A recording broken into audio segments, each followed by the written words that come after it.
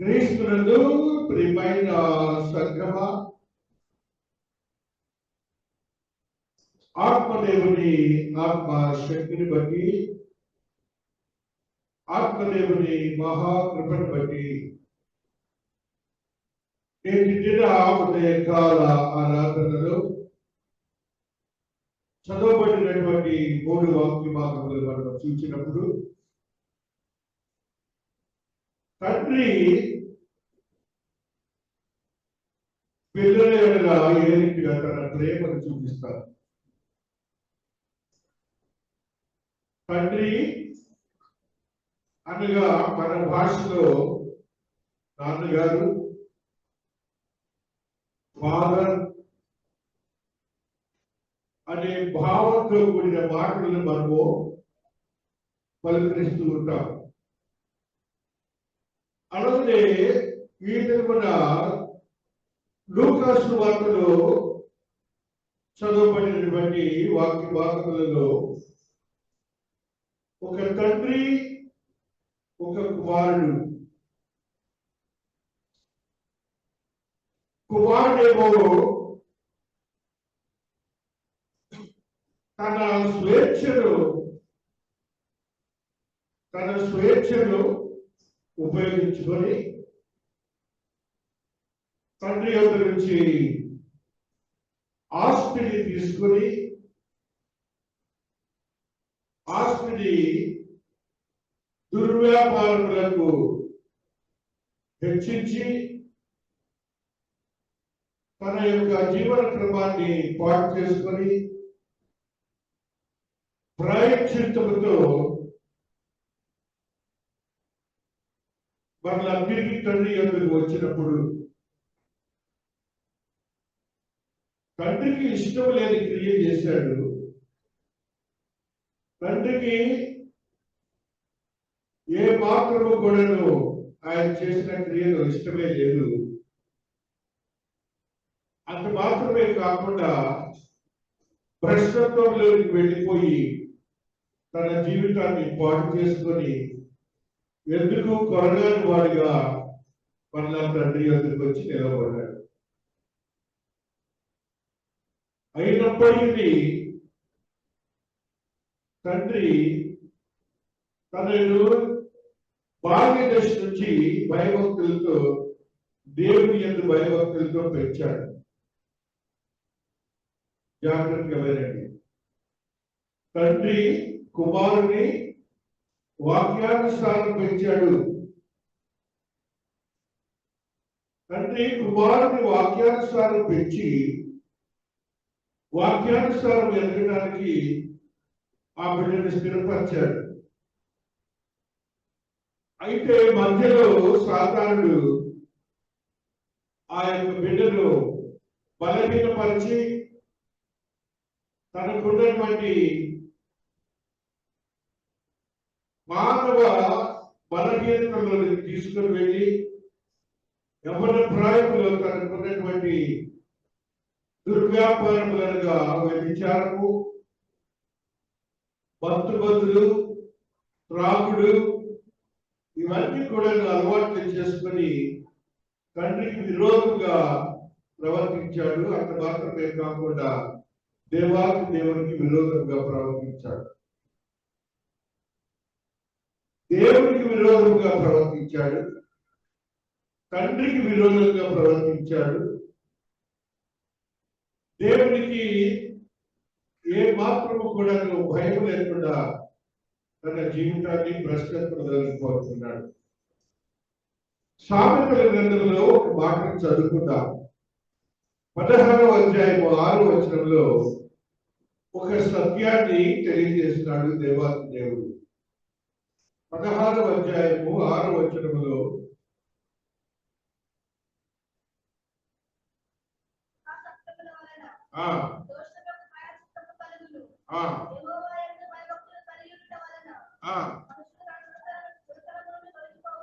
మనుష్యులు చెడుతనం నుండి తొలగిపోదు. దేవుని స్తోత్రాలు చెప్పండి. దేని వల్ల చెడుతనం నుండి వెళ్ళిపోతారట?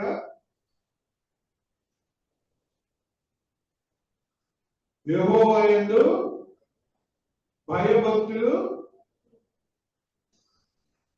కుమారుని ఆ రీతిగానే పెంచాడు ఒక తండ్రి. మనము మన బిడ్డల్ని ఎలా పెంచుతున్నాం? దేవుని యందు భయభక్తులతో పెంచుతున్నామా, లేక వారి ఇష్టానుసారమైనటువంటి జీవితాన్ని గడపడానికి మనం అనుమతిస్తున్నామా అని దేవుడి దినాన్ని ప్రశ్నిస్తున్నాడు మనలందరూ. ప్రతి తండ్రి గమనించాలి, ప్రతి తల్లి గమనించాలి,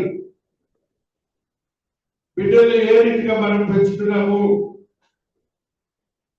ఎవరి యందు భయభక్తులను రాశాడు అక్కడ?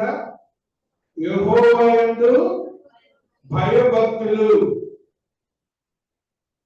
అంతకుముందు ఏం రాశాడు అక్కడే? కృపా సత్యముల వల్ల ప్రాయశ్చిత్తము కలుగును. ఒకవేళ తప్పిదము చేసినప్పుడు తిరిగి ఆయన ఎదురు దేవుని ఎదురు వస్తే కృపా సత్యము రెండు దేవుడు చూపించి ప్రాయశ్చిత్తము కలుగజేసి వారిని విడుదల చేస్తాడు ఆ శ్రమ నుంచి. కాబట్టి తల్లిదండ్రులైన మనము గమనించాలి, బిడ్డలైన మీరు గమనించాలి. ఈ రెండు జరగకపోతే యవనస్తుల జీవితాలు భ్రష్టత్వమే, తల్లిదండ్రులు యోచించినటువంటి జీవితము స్థిరత్వం లేకుండా ఉంటుందని మనం గమనించాలి. మహాదేవుడి దినాన్ని మనతో మాట్లాడుతున్నాడు. ఆస్తికి కర్త ఎవరు? ఆస్తికి కర్త తండ్రి. ఆస్తికి కర్త. జెనసిస్ ఆది కాండము 31వ అధ్యాయము 14వ వచనాన్ని చదువుదాం. ఆది కాండము 31. అందుకు రాజులను దేయాయు, ఇంకా మా తండ్రి ఇంట మాకు పాలు పంపులు ఎక్కడివి? అతడు మమ్మను అన్యులుగా చూచుట లేదా? అతడు మమ్మను అప్పివేసి మాకు రావాల్సిన ద్రవ్యమును బొద్దుగా తిరిగివేశాను. పట్టుబడి మాట ఏమున్నది? అందుకు రాజులను లేయాయు, ఇంకా మా తండ్రి ఇంట మాకు పాలు పంపులు ఎక్కడివి? తండ్రి ఇంట మాకు పాలు పంపులు ఎక్కడివి? చాలు అంటే తండ్రి ఇంట ప్రతి బిడ్డకు కూడాను, ప్రతి ఇంటికి కూడాను రెస్పాన్సిబిలిటీతో కూడినటువంటి బాధ్యతతో కూడిన ఆస్తికి హక్కుదారులు. ఆ సిస్టర్స్ ఇద్దరు కూడాను ఆ బాధను తెలియజేస్తున్న స్థితిని మనం చూస్తున్నాం. జాగ్రత్తగా వినండి. తండ్రి నేను సంపాదించాను, నా ఇష్టం వచ్చిన దుబారా చేస్తాను, నా ఇష్టం వచ్చిన నేను ఉంటానంటాను కూడా తండ్రికి విలువ లేదు. నంబర్స్ సంఖ్యాకాండము 27వ అధ్యాయము 27:8 వచనాన్ని చదువుకుంటున్నాం. నంబర్స్ 27:8లో అక్కడ ఉన్నటువంటి స్త్రీలు, అక్కడ ఉన్నటువంటి బిడ్డలు, ఆడబిడ్డలు ఎలాగా మాట్లాడుతున్నారో చూడండి. ఒక కుమారుడు లేక మృతి పొందిన యెడల మీరు వారి భూస్వాస్థ్యమును వారి కుమార్తెలకు చెంద చేయవలెను. జాగ్రత్తగా వినండి. 24వ శతాబ్దంలో కూడా ఇప్పటికి కూడా స్త్రీలని లెక్క చేయట్లేదు తల్లిదండ్రులు. 24వ శతాబ్దంలో కూడా స్త్రీలని లెక్క చేయట్లేదు తల్లిదండ్రులు. ఇక్కడ ఏమంటారు? తల్లిదండ్రులు స్త్రీల విషయమై ఒకవేళ కుమారుడు లేక మృతి పొందిన యెడల మీరు వారి భూస్వాస్థ్యమును వారి కుమార్తెలకు చెంద చేయవలెను. యోబు భక్తుడు కూడా ఏం మాట్లాడుతున్నాడు చూడండి. 42:15లో యోబు భక్తుడు మాట్లాడుతున్న మాటలు చదువుకుంటూ వస్తున్నాం.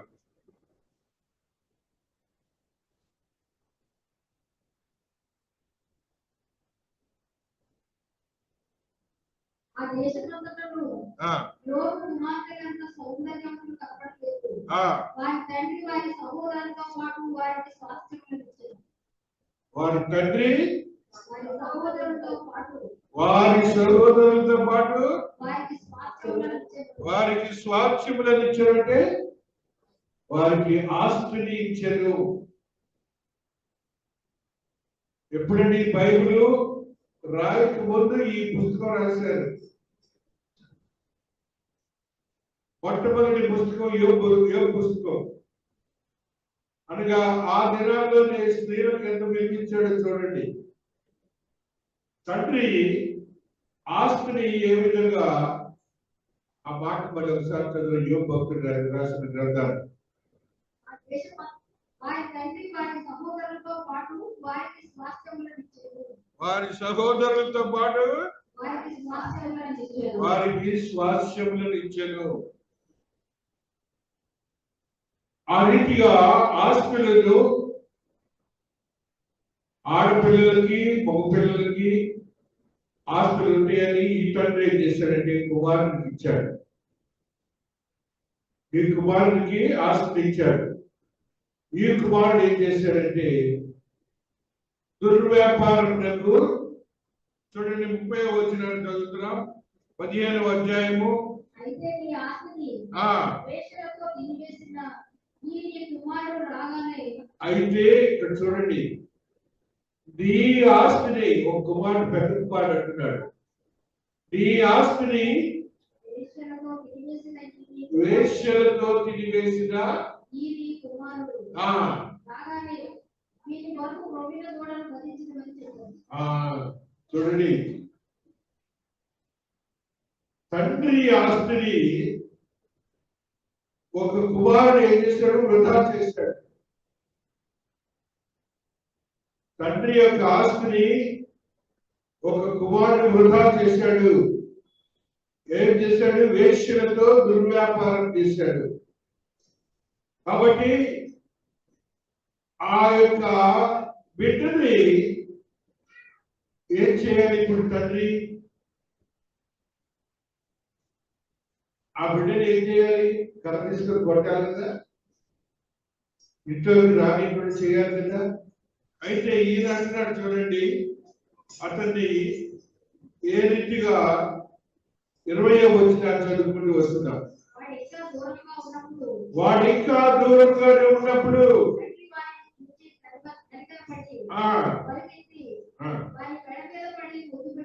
పరిగెత్తి మెడ మీద పడి ముద్దు పెట్టుకున్నాడు. ఇక్కడ ఆస్తి కనపడుతుందా? తండ్రి ప్రేమ కనపడుతుందా?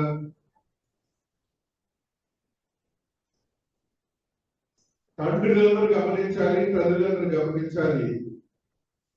ఈ తండ్రి మనకి నేర్పిస్తున్నాడు ఇవాళ. ఒకవేళ బిడ్డలు తప్పుదల చేసినప్పుడు, ఒకవేళ బిడ్డలు ఈ లోకరీతిగా దేవునికి మనకు విరోధంగా ప్రవర్తించినప్పుడు క్షమించే మనస్తత్వం మన వాళ్ళకు ఉండాలి.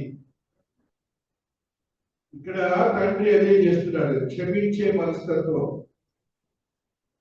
ఎలా చేశాడు? 20వ వచనంలో వాడు ఇంకా దూరంగా ఉన్నప్పుడు తండ్రి వారిని చూసి కనికరపడి పరిగెత్తి. మనం ఏం చేస్తాం? రాని చూద్దామంట. రాని వాడు వచ్చినది చూద్దాం. వాడు ఏం చేశాడు అని మన యొక్క భావోద్రేకాలను మనం ఉంటాం. ఈ తండ్రి ఏమో అలా కాదు. ఈ తండ్రి ఎలాంటి వాడంటే ప్రో జనరేటర్. అంటే తండ్రి దేవునికి ఇష్టడుగా ఉన్నటువంటి ఇష్టమైన వాడు, దేవుని యొక్క ప్రేమను చూపించేవాడు తండ్రి. అర్థమవుతుంది కదా? తండ్రి దేవుని ప్రేమను చూపించేవాడు. మెడ మీద పడి ముద్దు పెట్టుకున్నాడు. అప్పుడు ఆ బిడ్డ ఏమంటున్నాడు చూడండి. అది ఇప్పుడు మనకి ఇక్కడ మెయిన్ పాయింట్. అతనితో తండ్రి పరలోకమునకు విరోధముగాను నీ ఎదుటను పాపం చేస్తుంది. నీ ఎదుటను పాపము చేస్తుంది. ఇక మీదట నీ కుమారుడని అనిపించుకున్నట్టు యోగ్యులను కాదు. ఇప్పుడు ఈ భావన బట్టి యవనస్తుడు గుర్తించాలి. తండ్రికి విరోధంగా మీరు ఏమేం చేస్తున్నారు? నాన్నగారికి తెలియదులే, అమ్మగారికి తెలియదులే అని ఈ భావోద్రేకాలు మీరు దేవుడికి విరోధంగా, తండ్రికి విరోధంగా చేస్తున్నారా? A personal question had been put by Holy Ghost. పరిశుద్ధాత్మ దేవుడు తెలియజేస్తున్నాడు, మీకున్నటువంటి బలహీనతలను పేరెంట్స్ కి తెలియకుండా మీరు చేస్తే అది దేవుడికి ఇష్టము కాదు, తండ్రికి ఇష్టము కాదు. ఈ తండ్రి వల్ల ప్రేమ చూపించే తండ్రి ఉంటే మీకు పశ్చాత్తాపము, ప్రాయశ్చిత్తము ఉంటుంది. ఆ స్థితిని మీరు కలిగి ఉండాలని దేవుడు మాట్లాడుతున్నాడు. ప్రోజనరేటర్, మూల పురుషుడు తండ్రి. తండ్రి ప్రోజనరేటర్, ప్రొటెక్టర్, ప్రొవైడర్, ప్రమోటర్. 4 స్థానాలు దేవుడు తండ్రికి.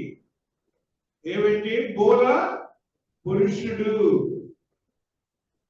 మీరు ఎవరైనా తండ్రి అవ్వచ్చు, మీరు మూల పురుషుడిగానే ఉండాలని జెనసిస్ 49:26లో, ఆది కాండము 49:26లో ఒక మాటను తెలియజేస్తున్నాడు.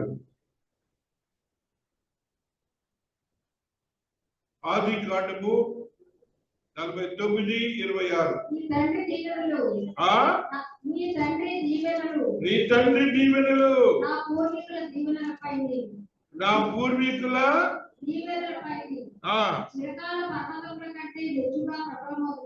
చిరకాలము పర్వతముల కంటే హెచ్చుగా ప్రబలమగును అని యేసు తల మీదను ఉండును. ఈ యేసు అనేవాడు తండ్రి దగ్గర నుంచి చిన్నప్పుడే వెళ్ళిపోతాడు. ఇక్కడ దీవెన ఎక్కడి నుంచి తీసుకొచ్చిస్తున్నాడు చూడండి. ప్రోజన మూల పురుషుడు,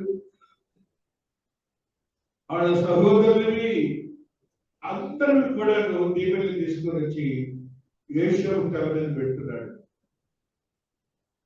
కాబట్టి తండ్రి ప్రేమ ఎలాంటిదో మనం గమనించాలి. ప్రొటెక్టర్, ఎఫెసీ పత్రిక 2వ అధ్యాయము 13వ వచనం చదువుకుందాం. ప్రొటెక్టర్, తండ్రి ప్రొటెక్టర్. ఎఫెసీ 2:13.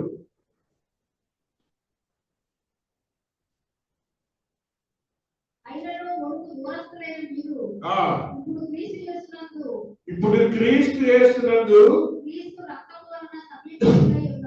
క్రీస్తు రక్తం వలన దేవునికి సమీపస్తులు. ప్రొటెక్టర్. కాబట్టి మహాదేవుని మహాకృపను బట్టి తండ్రికి ఉన్నటువంటి మరి యొక్క బాధ్యత ప్రొటెక్టర్ గా ఉంటున్నాడు. 17వ వచనం కూడా చదువుతుంది. మరియు ఆయన వచ్చి దూరస్తులైన మీకును సమీపస్తులైన వారికి సమాధాన సువార్తను ప్రకటించారు. సమాధాన సువార్తను. ప్రొటెక్టర్ అంటే సమాధానాన్ని చూపించేవాడు. ఏ విధంగానూ సమస్యల్లో ఉంటే సమాధానపూర్వకమైన స్థితిని చూపించేవాడు ప్రొటెక్టర్. ప్రొవైడర్. 2 కొరింథీ 9:8లో ఒక మాట చదువుకుందాం. ప్రొవైడర్, కలుగ చేయువారు.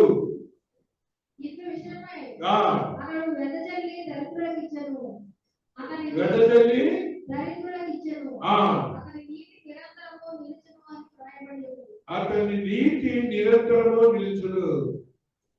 దేవాది దేవుడు మాట్లాడుతున్న ఈ మాటను గమనించాలి. ఏ విధముగాను ఆయన ప్రొవైడ్ చేయడమే కానీ ఆయన ఏమాత్రం తండ్రి ప్రతిదీ కూడా చూసేవాడు. ప్రమోటర్, మహాదేవుడు మాట్లాడుతున్నారు. డిట్రానమీ 32:8 ఈ మాట చదువుకుందాం. ప్రమోషన్ 32 32:8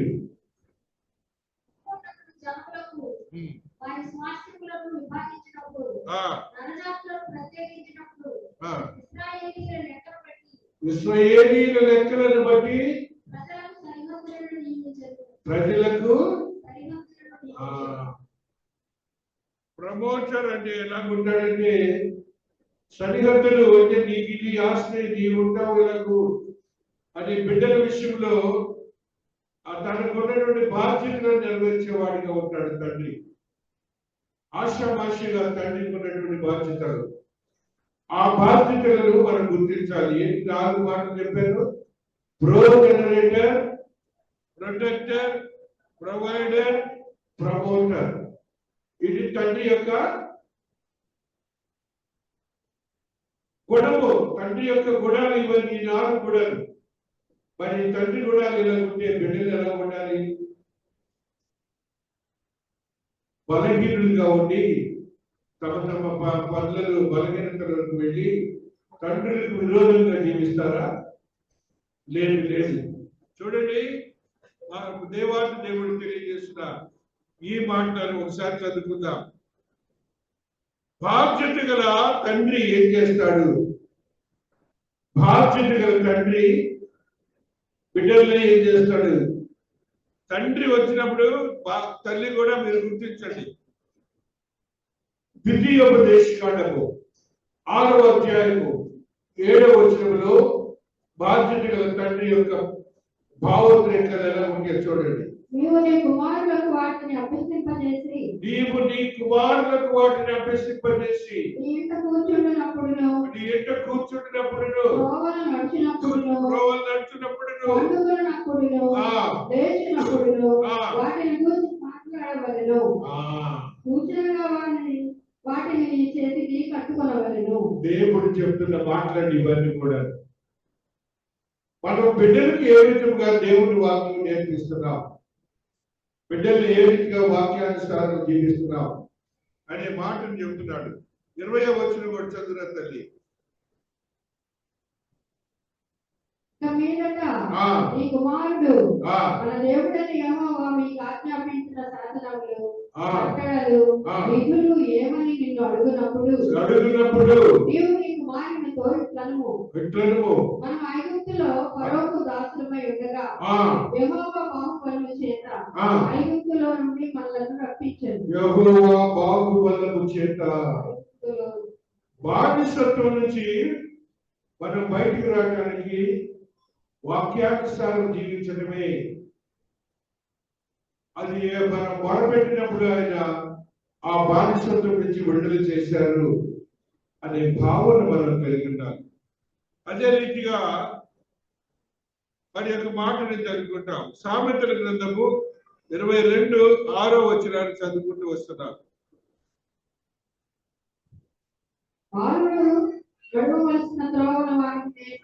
బాలుడు నడవవలసిన త్రోవను వానికి నేర్పుము. వాడు పెద్దవాడైనప్పుడు తొలగిపోడు. మహాదేవుడు స్పష్టంగా మాట్లాడుతున్నాడు పేరెంట్స్ తో.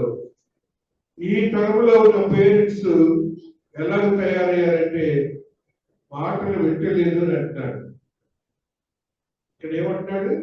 నడవవలసిన త్రోవను ప్లాన్ చేసుకోవాలి. ఒక ప్రణాళిక ప్రకారము బిడ్డల్ని చదివించాలి, ప్రణాళిక ప్రకారం వాళ్ళని మేపాలి, ప్రణాళిక ప్రకారం వాళ్ళని ఒక స్థిరత్వంలో పెట్టాలి. దేవుడు చెప్పిన మాటలండి ఇవన్నీ కూడా మామూలు మనుషులు కాదు. మళ్ళా చూడండి, తండ్రులు చేయాల్సిన పని 2 కొరింథీ 12:14 వాళ్ళు ఏ ఉద్యోగం అన్నవచ్చు, ఏ వ్యాపారం అన్నవచ్చు, ఏమన్నా అవ్వచ్చు, బిడ్డల కొరకు వాళ్ళు ఏం చేయాలని 2 కొరింథీ ఈ మూడవసారి మీ వద్దకు వచ్చినట్టు సిద్ధముగా ఉన్నాను. వచ్చినప్పుడు మీకు భారంగా ఉండరు. మీ సొత్తులు కాదు, మిమ్మల్ని కోరుచున్నాను. పిల్లలు తల్లిదండ్రుల కొరకు కాదు, తల్లిదండ్రులే పిల్లల కొరకు ఆస్తి కోసరైనది కదా.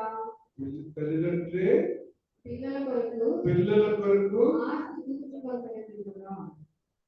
తల్లిదండ్రులు ఏం చేయాలి? వృధా తీయాలా? తాగుబోతులయ్యి పేకాట్లాడి వ్యభిచారం చేసి లేకపోతే వ్యాపారం చేసి ఏమన్నా చేయి, నువ్వు ఏమన్నా చేయి, కానీ ఏమంటారా చివరి మాట? తల్లిదండ్రులే పిల్లల కొరకు ఆస్తి కూర్చోగలిగారు కదా. ఎఫెసీ 6:4 కూడా ఒక మాట చదువుకుందాం.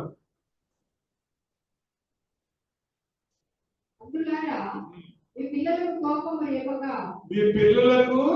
కోపము రేపక ప్రభు యొక్క శిక్షలను బోధలను వారిని పెంచుడి. పిల్లలకి మా నాన్న అంతే, మా నాన్న ఎప్పుడంతే, ఆ మాటలను పక్కన పెట్టండి. పిల్లలకి ఎవరంటే పిల్లలకి కోపం రేపక ప్రభు యొక్క శిక్షలను అంతే. ఇవన్నీ కూడాను క్రైస్తవ తల్లిదండ్రులు, క్రైస్తవ బిడ్డలు నేర్చుకోవాల్సినవి. దేవాది దేవుడు నేర్పిస్తున్నాడు ఇవాళ మనందరికీ. అదే రీతిగా కొలస్సీ 3:21 మరి యొక్క సత్యాన్ని చదువుకుందాం. మీ పిల్లల మనసు కృంగకుండునట్లు వారికి కోపం పుట్టింపకుడి. మొట్టమొదటి మాట ఏంట్రా? పిల్లల మనసు, మీ పిల్లల మనసు కృంగకుండునట్లు వారికి కోపం పుట్టింపకుడి. ఎంత బాధ్యతలు పెట్టాడు చూడు తల్లిదండ్రులు. అంటే దీని మొత్తం మీద మీరు అర్థం చేసుకున్నది ఏంటంటే, బిడ్డలందరూ అలాగే ఉంటారు, తల్లిదండ్రులు సాక్రిఫైసింగ్ మైండ్ ఉండాలి. తల్లిదండ్రులకి సాక్రిఫైసింగ్ మైండ్ ఉండాలి. కోపాలు ఉండకూడదు, క్షమించే గుణం ఉండాలి. బిడ్డల్ని ఆ రీతిగా దేవుని వాక్యాన్ని అభ్యసింపజేసి దేవునితో నడిచే స్థితిలో మీరు కలిగించాలి. కుటుంబ కోరికలు ఉంటున్నాయా? ఇప్పుడు కుటుంబ ప్రార్థనలు ఉంటున్నాయండి. ఎందుకు ఉండట్లేదు? మరి దేవుని నమ్ముకున్నాం కదా మనందరం. ఇవన్నీ దాంట్లోనే కదా చెప్పేది. ఎందుకని కుటుంబ కోరికలు ఉండట్లేదు? మనకి బద్ధకం, మనకు కూడాను బాధ్యత లేదు. మనము కూడాను సరిగా వాడు నేర్చుకుంటున్నాడే వాడికి తెలుసు. ఖండితంగా దేవుడి దినాన్ని మాట్లాడుతున్న మాటలు ఇవన్నీ. 1 తిమోతి 3:4 చదువుకుంటూ వస్తున్నాం. సంపూర్ణ మానవత కలిగి తన పిల్లలను స్వాధీనపరచుకొనుచు తన ఇంటి వారిని బాగుగా ఏలువాడులై ఉండవలెను. 12వ వచనం కూడా చదువుతారు. పరిచారకులు ఏకపత్ని పురుషులను తమ పిల్లలను తమ ఇంటి వారిని బాగుగా ఏలువాడులై ఉండవలెను.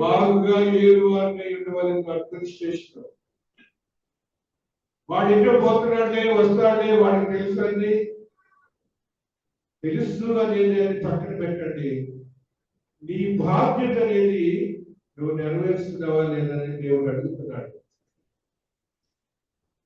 కొన్ని బాధ్యతలు తల్లిదండ్రులకు ఉన్నాయని దేవుడు మాట్లాడుతూ వస్తున్నాడు. కాబట్టి తండ్రి ప్రేమను బాధ్యతతో కూడిన విధానాన్ని బిడ్డలపై ఉంచాలని దేవుడు ఇక్కడ మాట్లాడుతున్నాడు. తండ్రి ప్రేమను చూపించే కొన్ని మాటలను చదువుకుందాం. లాభాల గురించి మనం చదువుకుందాం. ఆదికాండము 31:28 లాభాలు తండ్రి ప్రేమ గురించి ఏ రీతిగా మాట్లాడుతున్నాడు.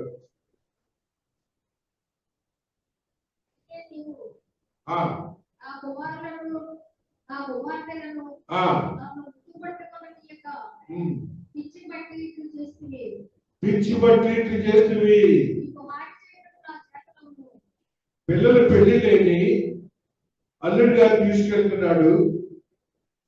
అయినప్పటికీ నీ తండ్రి ప్రేమ చూడండి. ఇక్కడ ఏమంటాడు?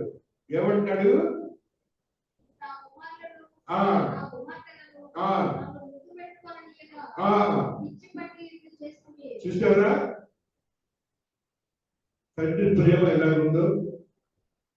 నువ్వు నా బిడ్డలు అల్లుడికి ఇచ్చినా కూడా బిడ్డలు ప్రేమించే తత్వంలో తల్లిదండ్రులు ఉన్నారు. మనకైతే లేదు. ఆడపిల్ల పెళ్లి అయిందంటే ఏంటంటే ఆడపిల్ల, అక్కడ పిల్ల, మన పిల్ల కాదు. బహు చులకన మనకైతే. ఇక్కడ ఏమంటాడు ఈయన? నా కుమార్తెలను ముందు పెట్టుకొని ఇవ్వట్లేదు అల్లుడి గారు అని చెప్తాడు. కాబట్టి ప్రేమ అనేది నీ గర్భం నుంచి ఆడపిల్ల రాని మగపిల్లవాడు రాని ఒకే ప్రేమను చూపించాలి. యాకోబు భక్తుడు చూడండి, ఆదికాండం 37-35లో ఒక సత్యాన్ని తెలియజేస్తున్నాడు. యాకోబు భక్తుడు 37-30. అతని కుమారులందరూ అతని కుమార్తెలందరూ అతన్ని ఓదార్చుటకు యత్నము చేసిరి. అయితే అతడు ఓదార్పు పొందనల్లక నేను అంగలార్చుచు మృతుల లోకమునకు నా కుమారుని యొద్దకు వెళ్ళినని చెప్పి అతని తండ్రి అతని కోసము ఏడ్చెను. ఒక కుమారుడు మిస్ అయిపోయాడు. ఆ కుమారుడు మిస్ అయిపోతే ఆ కుమారుడిని పొందుకోలేకపోతే బిడ్డలందరూ కూడా వచ్చి బ్రతుకులాడుతున్నారు. నాన్నగారు మీరు అడగండి అని ఆ నాన్నగారిని ఓదార్చుకుంటే లేదు లేదు లేదు నా బిడ్డలు నేను మిస్ అయ్యాను. అంటే 12 మంది బిడ్డలు ఉన్నారు, 11 మంది చేతిలో ఉన్నారు. ఒక బిడ్డ మిస్ అయినా కూడా నేను చచ్చిపోతాను అంటున్నాడు. అనగా తండ్రి ప్రేమ ఎలా ఉందో చూడండి. తండ్రి ప్రేమ బిడ్డలు ఎవరైనా ఉండనివ్వండి, 12 మంది కుమారులు కానీ కుమార్తెలు కానీ ఎవరైనా ఉండనివ్వండి, ఎవరు మిస్ అయినా కూడా ప్రేమను చూపించేవాడిగా ఉండాలి. అదే రీతిగా దావీదు భక్తుడు 2 సమూయేలు 12-16లో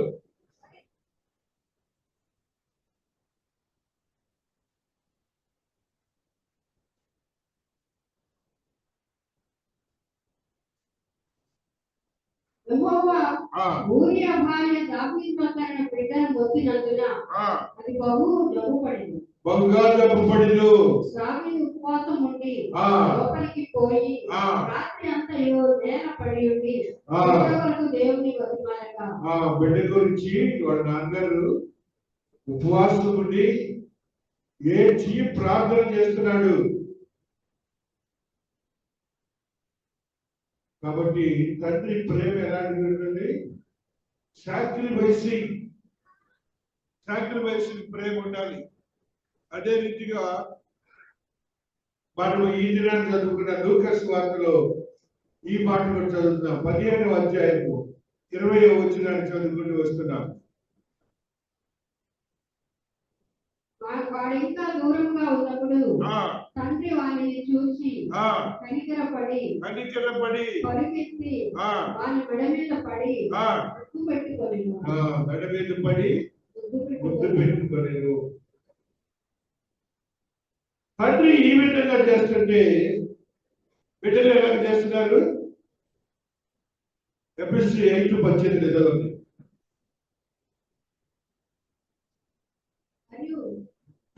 ఉండకండి, దానిలో దుర్వ్యాపారం కలదు. మీ హృదయములలో పాడుచు కీర్తించుచు తండ్రి అయిన దేవునికి ఎల్లప్పుడూ కృతజ్ఞతాస్తుతులు చెల్లించుచు ఆ క్రీస్తునందరి ప్రేమతో ఒకరినొకరు లోబడి ఉండండి. బిడ్డల్ని ఏ రీతిగా కుటుంబంలో పెంచాలని దేవుడు మాట్లాడుతున్నాడు. అదే రీతిగా 1 పేతురు 4:4 మరి ఒక సత్యాన్ని చదువుకుందాం. 1 పేతురు 4:4. వ్యభిచారులారా, ఈ లోక స్నేహం దేవునితో వైరమని మీరు ఎరుగరా? కాబట్టి ఎవడు ఈ లోకంతో స్నేహము చేయగోరునో వాడు దేవునికి శత్రువగును. దేవునికి శత్రువగును. పిల్లలందరూ జాగ్రత్తగా వినండి. వాక్యానుసారం మీరు జీవించకపోతే,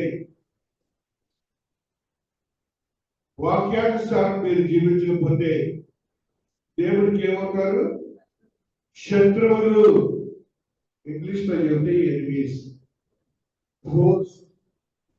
అనగా దేవుడి శత్రువులుగా ఉంటే ఎలా ఉంటుంది మన పని? ఎప్పుడు ఇబ్బందే కదా. కాబట్టి దేవునికి శత్రువుగా ఉండటానికి మీరు ప్రయత్నం చేయొద్దు. వాక్యానుసారం ఉండటానికి జీవించండి. యాకోబు భక్తుడు మరి మాటలు తెలియజేస్తున్నాడు. 4వ అధ్యాయము 3వ వచనాన్ని చదువుకుంటూ వస్తున్నాం.